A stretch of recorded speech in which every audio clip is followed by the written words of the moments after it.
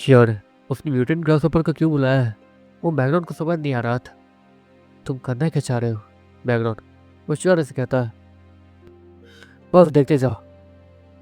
अच्छा सुनो सीन, अगर तुम ठीक हो जाओगी पूरी तरीके से ठीक, तो तुम सबसे पहले क्या करोगे? श्योर वो स्माइल के साथ कहता है। श्योर के चेहरे पे इस स्माइल को देखने के बाद सीन थोड़ी शॉक्ड और हैरान थी और बहुत ज़्यादा कंफ्यूज भी। तुम जो कहोगे वही करूँगी। सीन वो श्योर से कहती है। अरे मैं बीच में कहाँ से आ गया? अपने मन का क्या करोगी? श्योर सीन से फिर से कहता, पता नहीं, मेरे सारे सपने तो मर चुके हैं। सीन नीचे देखते हुए कहती है और अगले पर उसके मुंह से थोड़े बहुत झाग भी निकलने लगते हैं। हाँ, आखिरी बार पूछ रहा हूँ, ठीक होने के बाद क्या करोगी? श्योर वो सीन से फिर से कहता, श्योर है। बैकग्राउंड श्योर से कहता। श्योर एक तरीके से पागलपन कर रहा था। सीन से आखिरी बार बात करते समय उसे उसके साथ रहना चाहिए था एक तरीके से, ताकि वो जाते समय उसके मन में कोई गिल्ट ना रहे। अपनी दिल की बात उसे बताऊंगा जिससे मैं प्यार करती हूँ। सीन वो श्योर से कहती है। ये हुई ना बात? श्योर स्माइल के साथ कहता और उस सीन को अपनी गोद में उठा लेता। उसकी बॉडी बहुत ज़्यादा कमजोर थी और बहुत ज़्यादा हल्की। श्योर को ऐसा लग रहा था जैसे कि वो किसी छोटे कुत्ते के बच्चे को उठा रहा है। वो इतनी ज़्यादा हल्की थी, उसके बॉडी में सिर्फ हड्डी हड्डी दिख रहे थे। श्योर उस होल की तरफ जाता है और उड़ते हुए वो नीचे जाने लगता है। सीन उसे कुछ महसूस हो ही नहीं रहा था। ऐसा लग रहा था जैसे कि वो कहीं आसमान में उड़ रही हो, किसी स्वर्ग में। एक तरीके से उसे ऐसा लग रहा था जैसे कि वो मर चुकी है। उसके अंदर इतनी हिम्मत भी नहीं थी कि वो अपने हाथ को उठा के लहरा कर देख सके कि वो सच में उड़ रही है या नहीं। नीचे येलो पिज़्ज़ा ने बहुत बड़ी जगह बना कर रखी थी। वहाँ पर एक तरीके से एक अच्छा सा जगह बना दिया गया था ताकि वहाँ पे श्योर को कोई डिस्टर्ब न करे। येलो पिज़्ज़ा ऊपर उस गड्ढे को ठीक करने चली जाती है जहाँ से श्योर और मैग्नोर और बाकी सभी यहाँ आए थे। श्योर वो ये देखता है कि येलो पिज़्ज़ा ने वहाँ पर एक मिट्टी का बिस्तर भी बनाया हुआ है। श्योर वो सीन को उसे मिट्टी के बिस्तर पर लेटा देता है। हाँ ठीक है, तो तैयार हो? श्योर सीन से कहता। दफना रहे हो मुझे? सीन वो हंसते हुए कहती है। नहीं। श्योर वो सीन से कहता। सीन को ये लग रहा था कि श्योर उसे मिट्टी के नीचे यहाँ दफनाने आया है। कितने अजीब लड़के हो, हंस क्यों रहे हो? वो लड़की एक तरीके से सीन वो श्योर को हंसता हुआ देखकर इरिटेट हो रही थी अब। एक तो वो उससे इतनी ज़्यादा प्यार से बात कर रही है, इतनी मुश्किल से बात कर पा रही है, वही अपनी आखिरी चीज़ों को शेयर करते हुए, और श्योर हंस रहा है हे करके। सॉरी मैं भूल गया था। श्योर इतना कहते हुए उस सीन के पास जाता है। देखो मैं अपनी आंखें बंद कर रहा हूँ। श्योर वो म्यूटेंट ग्रासहोपर को कुछ इशारे करते हुए कहता। श्योर म्यूटेंट ग्रासहोपर को कुछ कहता, जिसके बाद म्यूटेंट ग्रासहोपर वो सीन के कपड़ों को हल्का सा साइड करता है ताकि उसकी पूरी बॉडी वहाँ विजिबल हो सके। म्यूटेंट ग्रासहोपर देखते देखते सीन के ऊपर एक अजीब से हरे रंग का लिक्विड डालना शुरू कर देता है, जो कि उसके सर से लेकर पाँव तक वो अच्छे से डाल देता है और पीछे हो जाता है। देखते देखते अचानक से ही सीन की पूरी बॉडी वो हरे रंग से चमकनी शुरू हो जाती है। श्योर भी नोटिस करता है कि पीछे से हरे रंग की रोशनी आ रही है। पिछली बार यही चीज़ें हुई थी, काफ़ी काम कर जाए। श्योर वो मन ही मन सोचता है। सीन वो अचानक से तड़पना शुरू कर देती है। श्योर हल्का सा पीछे मुड़ के देखता है जहाँ पर सीन तड़प रही थी। देखो थोड़ा दर्द होगा लेकिन। श्योर वो सीन से कहता। सीन उसे तो लग रहा था कि श्योर ने उसे जहर ही दे दिया। उसकी पूरी बॉडी बहुत ज़्यादा दर्द कर रही थी और ऐसा लग रहा था जैसे कि कुछ टूट रहा हो। अगले पल सीन चिल्लाना शुरू कर देती है, लेकिन वो लोग श्योर और बाकी सभी उस टनल के ज़्यादा नीचे नहीं थे, इसलिए ये आवाज़ ऊपर जा सकती थी। श्योर तुरंत ही जाकर सीन के मुंह पे अपना हाथ रख देता है। एक तरीके से सीन वो उस दर्द को सह नहीं पा रही थी जो कि हो रहा था। सीन वो श्योर के हाथ को अपने मुंह में डाल लेती है। अरे नहीं, श्योर इतना कहते हुए वो पीछे नहीं उसका था, लेकिन अब कोई फ़ायदा नहीं हो रहा था। सीन श्योर को दांत काटती है, लेकिन अच्छा था कि श्योर ताकतवर है, जिससे उसके दांत काटने का कोई असर हुआ नहीं था और सीन का मुंह भी बंद हो गया था। श्योर वो ये देख पा रहा था कि सीन की बॉडी रिकवर हो रही है और इसलिए उसे दर्द हो रहा था। ऑफकोर्स उससे दर्द इसलिए हो रहा था क्योंकि उसकी बॉडी बहुत ज़्यादा स्ट्रेच कर रही थी, वो बहुत ज़्यादा पतली हो चुकी थी और उसे रिकवर होने के लिए बहुत ज़्यादा एनर्जी चाहिए थी। लेकिन एनर्जी मिलने के बाद भी उसकी बॉडी जो स्ट्रेच हो रही थी उसमें तो दर्द होना ही था। ऊपर से उसके बहुत सारे बॉडी पार्ट्स गायब थे, उसकी 2-3 उंगलियाँ भी गायब थी और उन उंगलियों के वापस बाहर आने में हाँ दर्द तो होगा ही। ऑफकोर्स अगर आपका अंगूठा जितना बड़ा है उतना बड़ा तो है ही, लेकिन अगर आप उसे खींचने की कोशिश करोगे तो आपको दर्द होगा ही। वैसे ही यहाँ पर यह सीन हो रहा था। करीब 5 मिनट तक सीन बहुत ज़्यादा तड़पती है, उसे बहुत ज़्यादा दर्द होता है। लेकिन अब वो पूरी तरीके से ठीक हो चुकी थी। सीन अचानक से खड़ी होती है और लंबी लंबी सांसें लेने लगती है। मैं ठीक हो गई। सीन वो हैरानी से कहती है और पीछे श्योर को देखती है। श्योर अपनी नजरें चुरा रहा था। तो देखो, मैंने फर्स्ट टाइम इस चीज़ का इस्तेमाल किसी के ऊपर किया है। ये मेरे पास एक ही था। तुम्हारी बॉडी पार्ट्स ठीक हो गए तो चेक कर लो उसे। श्योर वो अपनी आंखें बंद करते हुए कहता, हाँ ठीक हो। सीन वो हल्के आवाज में कहती है, ठीक है बढ़िया, तुम यही रहो, हम लोग ऊपर से थोड़े बहुत काम निपटा के आते हैं। श्योर वो इतना कहते हुए वहाँ से जाने लगता है, लेकिन सीन अचानक से ही श्योर के हाथों को पकड़ लेती है। छोड़ के मत जाओ प्लीज। वो लड़की, मतलब वो सीन, वो डरते हुए कहती है, तुम बहुत ज़्यादा स्ट्रांग लड़की हो सीन, सच में। ये सब कुछ सहने के बाद भी तुम ठीक है। देखो, मैं यहाँ पर अपने दोस्त को छोड़ के जा रहा हूँ, तुम्हें कुछ नहीं होगा। सीन वो श्योर की इस बात को सुन के थोड़ा सा स्माइल करती है और उसे गले लगा लेती है। श्योर वो थोड़ा सा पीछे हटता है, लेकिन वो पूरा पीछे नहीं हटता। सीन बहुत ज़्यादा रो रही थी, गले फाड़ फाड़ के, इसलिए श्योर से ज़्यादा कुछ कह नहीं पा रहा था। सीन तुम बिना कपड़े को, तुम बच्ची हो। सीन वो श्योर की बातों को सुन के हंसने भी लगती है। उस नरक से निकालने वाले तुम हो मुझे। तुम मेरे मैं तुम्हें उस नजर से नहीं देख रही हूँ, तुम मेरे भगवान जैसे हो। वो लड़की वो हंसते हुए कहती है, लेकिन उसकी आंखों से आंसू रुक नहीं रहे थे। एक तरीके से उसे कोई फर्क नहीं पड़ रहा था कि ईश्वर उसके बारे में क्या सोच रहा है, वो कैसे है ईश्वर के सामने, उसे कोई फर्क नहीं पड़ रहा था, क्योंकि उसे बचाने वाला ईश्वर ही था और उस बेकार से नर्क से भी निकालने वाला ईश्वर ही था। इससे उसे कोई फर्क पड़ता ही नहीं था कि वो किसके सामने है और कैसे है। ईश्वर वो भी सीन को कुछ देर तक गले लगा लेता। ठीक है मैं जा रहा हूँ, ईश्वर सीन से कहता, और उसके आंसू को पहुँचने के बाद वो म्यूटेंट ग्रासहोपर को वहीं छोड़ देता। देखते देखते श्योर वो तेजी से होते हुए अपनी उसी कमरे में जाता है। उस कमरे में पहुंचने के बाद उस अजीब से होल से बाहर निकलता है, जहाँ पर वो लड़की वो डरी सहमी से बैठी हुई थी। क्या हुआ, कोई आया था या नहीं? श्योर उस लड़के से कहता है, नहीं नहीं कोई नहीं आया था। वो लड़की वो फिर से लंबी सांस लेना शुरू कर देती है। तो घबराओ मत, मैं वो उस टाइप का लड़का नहीं हूँ। श्योर उस लड़के से कहता है। हाँ वो लड़की इतना करके नीचे देखने लगती है, लेकिन अगले पल वहाँ पे कोई दरवाजा खटखटाता है, जिससे वो लड़की पूरी तरीके से कांप जाती है और पीछे जाके गिर जाती है। श्योर उसे शांत रहने का इशारा करता है। वो लड़की तुरंत ही उस बिस्तर के पीछे जाके छिप जाती है। श्योर उस दरवाजे को खोलता है, जहाँ पे एक अजीब सा आदमी खड़ा था। ओह तो तुम हो उस क्या नाम था उस कबीले का? आ, छोड़ो, ओलिना का कबीला। हमारी ओलिना कैसी? वो आदमी जो भी था वो श्योर के सामने आते हुए कहता, राजकुमार। श्योर इस्माइल के साथ कहता, ये वही कमीना राजकुमार था जो कि घटिया कैटेगरी में आता था एक तरीके से। हाँ तो ओलिना के बारे में बताओ। वो राजकुमार श्योर को गले लगाते हुए कहता है, हे भगवान, ये ओलिना का नाम लेके मुझे गलत तरीके से छुड़ा है। श्योर ये भी नोटिस करता है कि उसने नशा कर रखा था। हम जल्दी पता लगा लेंगे कि उसके जादू का तोड़ क्या है, तो इसके बाद वो मेरी बाहों में होगी, मेरे बिस्तर पे होगी, हर जगह मैं उसे लेके घूमूंगा। और बताओ उसके बारे में, क्या वो और भी ज़्यादा खूबसूरत हो गई है? वो तो अभी इतनी खूबसूरत है, पता नहीं आगे जाके और कितनी खूबसूरत हो जाएगी। उसकी खूबसूरती को मेंटेन रखना होगा, इसलिए उससे सिर्फ मैं शादी करूंगा, उस पर किसी का हक नहीं रहेगा। हाँ मैंने पहले कुछ और कहा था, लेकिन वो राजकुमार इतना कहते कहते श्योर को गालों को छू रहा था। श्योर की गाल सच में उससे तो घिन आ रही थी। ये पागल है क्या? श्योर है वो मन मन सोचता है, लेकिन उसे गुस्सा भी आ रहा था क्योंकि वो ओलिना के बारे में उल्टी सीधी बातें किए जा रहा था। लेकिन वो श्योर को छू रहा था उस तरीके से, तो श्योर को और अजीब भी लग रहा था। हाँ, तुम्हारे खिलौना का वो श्योर से साइड होते हुए आगे जाते हुए कहता, ओए। इतना कहने के बाद वो राजकुमार ताली बजाता, जिसके बदले में वो लड़की उस बिस्तर के पीछे से हल्के से ऊपर उठते हुए कहती है, सब कुछ हो चुका है, मैं जा रहा था बस।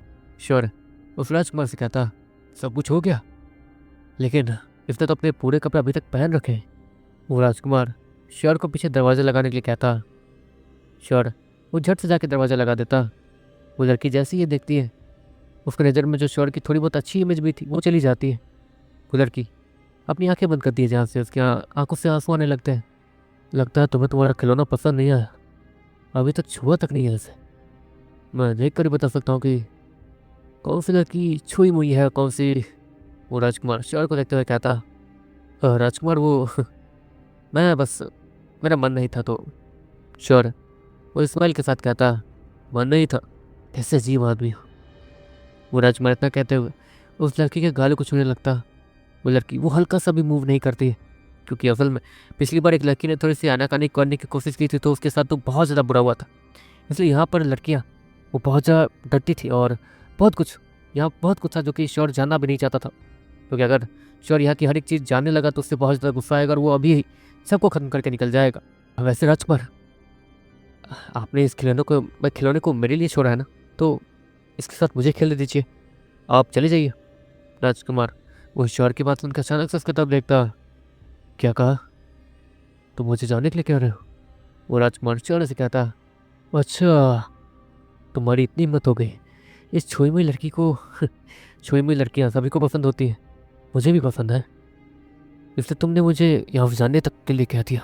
तुम्हारे पीछे ये तो पागल हो चुका है, यहाँ तक कि अब तक तुम्हें छुआ तक नहीं, इतना कंट्रोल किया। वो राजकुमार उस लड़की के गाल को पिंच करते हुए कहता, देखो दोस्त, ऐसी लड़कियाँ बहुत ज़्यादा शर्मीली होती है, तो मैं थोड़ी देर। वो राजकुमार श्योर से कहता और उस लड़की के कपड़ों की तरफ अपने हाथ को बढ़ाने लगता। श्योर अपनी मुट्ठी को भींच रहा था, उसे बहुत ज़्यादा गुस्सा आ रहा था। वो अपनी आंखें बंद करता। अरे अरे, तुम क्यों डर रही हो? मैं हूँ यहाँ का राजकुमार, मुझे कभी देखा नहीं है। वो राजकुमार उस लड़की के कपड़े को हल्का सा नीचे उतारते हुए कहता। वो लड़की सबको सह नहीं पाती और हल्का सा पीछे हट जाती है। गलती करती।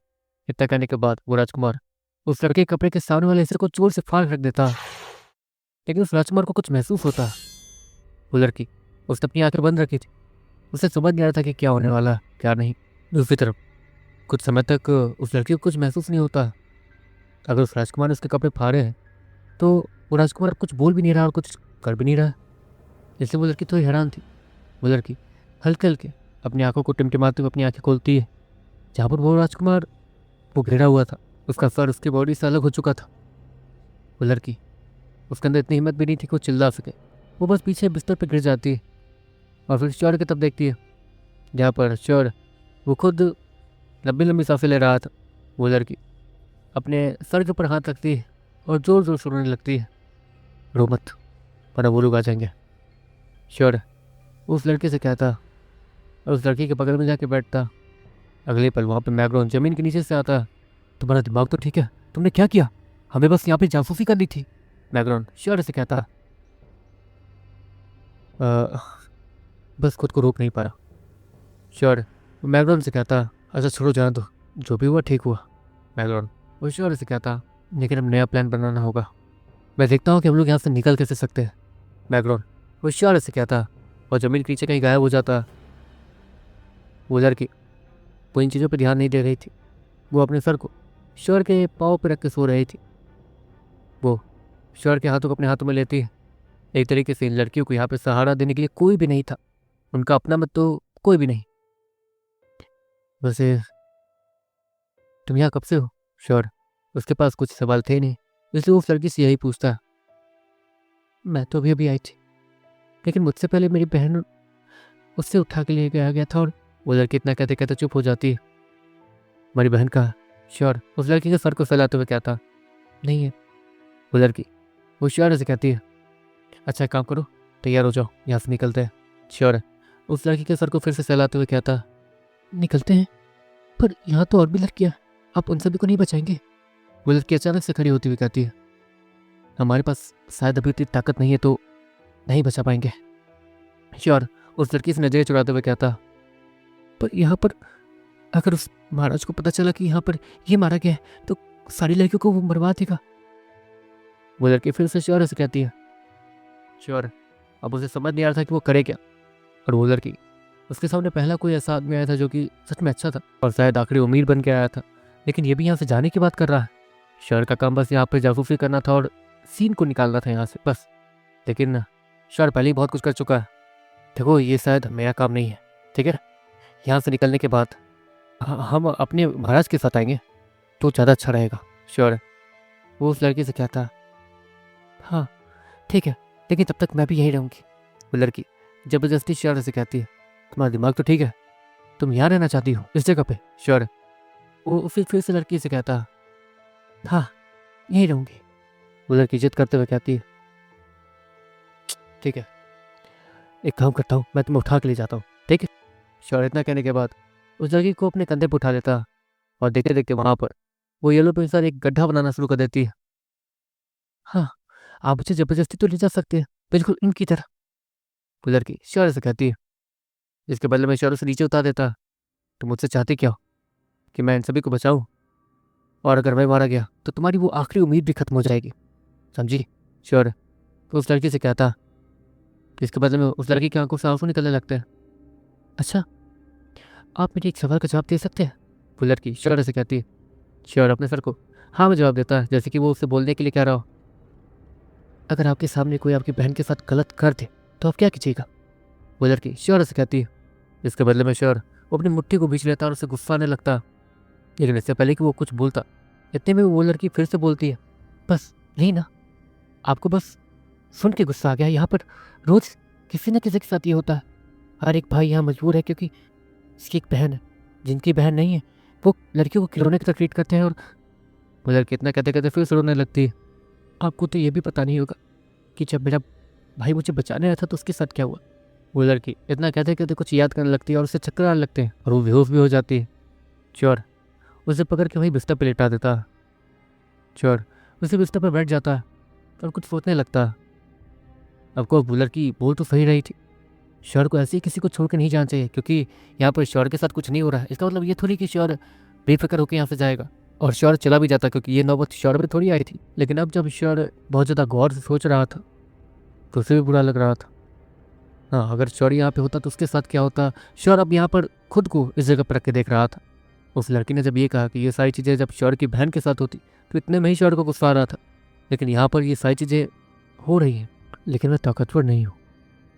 क्या मैं इतने से ताकत के साथ उस महाराज को भी खत्म कर पाऊंगा? अगर उस महाराज को खत्म कर दिया तो यहाँ पे सभी फ्री हो जाएंगे, अभी अभी फ्री हो जाएंगे सभी लोग। लेकिन काफ़ी सारे लोग मारे जा चुके हैं। अगर ये बात बाहर है कि ये राजकुमार मरा है तब तो और भी ज़्यादा परेशानी हो जाएगी। समझ नहीं आ रहा मैंने इन लोगों को और ज़्यादा फंसा दिया या फिर। शौर्य मन मन सोचता और वो एक डिवाइस निकालता और उससे अपनी बहन को कॉल लगाता। हाँ, तो आज तुमने कॉल किया है? डॉक्टर अनन्या वो स्माइल के साथ कहती है। दीदी, मतलब मैं आपसे कुछ कहना चाहता हूँ। श्योर अपनी बहन से कहता। बोलो। उसकी बहन नॉर्मली कहती है, मैं आपसे बहुत प्यार करता हूँ और मैं आपको कभी खुशी होने दूंगा। श्योर वो नॉर्मली कहता। तो मेरे बॉडी गार्ड बन के घूमना, जल्द से जल्द यहाँ पे आ जाओ बस, ठीक है? अनन्या श्योर कहती है। आपका बॉडी गार्ड? ठीक है, मंजूर है। वैसे मैं पूरी कोशिश तो कर रहा हूँ कि मैं आपका बॉडी गार्ड बनने के लिए वहाँ तक चलाऊँ। मैं पूरी कोशिश कर रहा हूँ सच में, श्योर स्माइल के साथ कहता है। वैसे मैं अपने भाई को अच्छे से जानती हूँ। तुम यहाँ तक अपने दम पे आए हो, न ही मेरे नाम का इस्तेमाल किया, न ही कुछ। सच में तुम्हारे जैसा भाई अगर किसी के पास होगा तो उसे क्या ही कुछ हो सकता है। अनन्या श्योर से कहती है। अच्छा, एक बात बताइए, मुझे आपसे कुछ पूछना था बस। मैं अच्छा वो सब छोड़िए, क्या आपको वहाँ पे कोई थोड़ा भी तंग करता है? थोड़ा सा सच बोलिएगा। श्योर अनन्या से कहता। तंग? डॉक्टर मुकेश वो बहुत तंग करता है। कहने के लिए तो मैं उसकी लीडर हूँ, लेकिन वो हमेशा नाक फुलाकर बात करता है मुझसे। कभी कभी गुस्से में आके ये भी बोल देता है कि मैं तुम्हारा कचूमर बना दूंगा, लेकिन मैं उसके सामने तुम्हारा नाम ले लेती हूँ, वो कांपने लगता है। अनन्या श्योर से कहती, जिसके बदले में श्योर को थोड़ी हंसी आ जाती है। अच्छा मतलब अगर मैं आपको नहीं बचा पाया तो? श्योर वो सैड सा मुंह बनाते हुए कहता। इसके बदले में अनन्या उसे सीरियस चेहरे के साथ देखने लगती। तुम ऐसा क्यों पूछ रहे हो, कोई परेशानी है? अनन्या श्योर से कहती। आप बस मेरे सवाल का जवाब दीजिए प्लीज़। श्योर अनन्या से कहता। अगर तुम मुझे बचा नहीं पाए तब तो जिसकी वजह से मुझे परेशानी होगी भविष्य में कभी ना कभी उसकी सहमत तो आनी है तुम्हारी वजह से। अनन्या श्योर से कहती। श्योर वो हल्का सा स्माइल करता। वैसे तुम अगर ठीक नहीं हो तो मैं तुम्हारे पास आ सकती हूँ। अनन्या श्योर से कहती है। नहीं नहीं, आप अपने काम पर ध्यान दीजिए। मैं बस अंदर में फीलिंग आई थी गलत सी तो पूछ लिया आपसे। श्योर अनन्या से कहता। जिसके बाद अनन्या और शौर्य कुछ देर बात करने के बाद उस फ़ोन को कट कर देते हैं। शौर्य वो एक लंबी सांस लेता है। शौर्य अपनी बहन से जो सवाल पूछने में इतना ज़्यादा हिचकिचाया था, वो चीज़ें यहाँ पर नॉर्मली हो रही थी, हर दिन हो रही थी। शौर्य वो चारों तरफ देखता है। कुछ देर बाद वहाँ पे मैकडॉन आता है। वो लड़की वहाँ उठकर रो रही थी। ओह, शौर्य कहाँ है? मैकडॉन उस लड़के से कहता है। क्या? मुझे लगा कि वो चले गए हैं, छोड़ के मुझे, हम सभी को छोड़ के वो चले गए हैं, मुझे लगा। वो लड़की थड़बड़ाते हुए कहती है। इसलिए तो वो रो रही थी, पर वो तो मेरे साथ आया ही नहीं। वो अरे यार, ये मैकडॉन इतना कहते हुए अपने आसपास देखता है जहाँ पर उस राजकुमार की खोपड़ी ही गायब थी। चलो गाइस, आज के वीडियो हमसे इतना ही। एंड कुछ लोग पूछ रहे थे कि भाई तुम इंस्टाग्राम या फिर फेसबुक पे क्यों फॉलो करवा रहे हो, ठीक है। तो इसका रीज़न ये है कि मेरे यूट्यूब का कोई भरोसा नहीं है। अभी रिसेंट मतलब 1 तारीख से लेके अब तक 12 मिलियन चैनल टर्मिनेट किए गए हैं। 12 मिलियन, ठीक है। मतलब एक तरीके से यूट्यूब कौन सी नई पॉलिसी कब ला दे कोई ठीक नहीं है, ठीक है। एंड मुझे कोई डर है नहीं अभी, ठीक है, कोई डर नहीं है। लेकिन प्रॉब्लम ये है कि मेरे पुराने चैनल के साथ जो कांड हुआ था उसकी वजह से एक हिस्ट्री बनी हुई है मेरी यूट्यूब की नज़र में, ठीक है। एक बेकार सी हिस्ट्री। लेकिन वो हिस्ट्री मुझे उतनी प्रॉब्लम नहीं कर रही है, क्योंकि ऑफकोर्स जिसकी वजह से प्रॉब्लम आई थी उसके साथ मेरा थोड़ा बहुत सेटलमेंट हुआ था, ठीक है। मैं झूठ नहीं बोलूँगा, थोड़ा बहुत सेटलमेंट हुआ था जिसके कारण मैं अ, आगे चैनल पे काम कर पाया हूँ। नहीं तो अदर लोग को मौका भी नहीं मिलता है, ठीक है। लेकिन फिर भी मेरी जो एक हिस्ट्री ख़राब है यूट्यूब पे, ठीक है। मैं प्रॉपर नहीं बोल रहा हूँ, प्रॉपर लाइन आप समझ जाओ।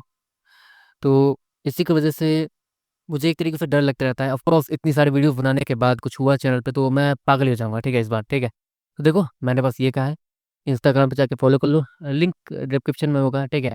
एंड फेसबुक पे भी फॉलो कर लेना। फेसबुक पे जाके सर्च करना नमन स्टोरी बुक, ठीक है। बस इतना ही बोला था, नमन स्टोरी बुक याद रखना। फेसबुक पे कभी भी जाके सर्च कर लेना अगर मैं यहाँ नहीं मिलूँ तो, ठीक है। मुझे बस डर लगता है, इसलिए मैं मतलब ये सारी चीज़ें बैकअप के लिए रेडी की हैं और कुछ नहीं, ठीक है। वैसे 90% चांस है कि मुझे कुछ नहीं होगा, ठीक है।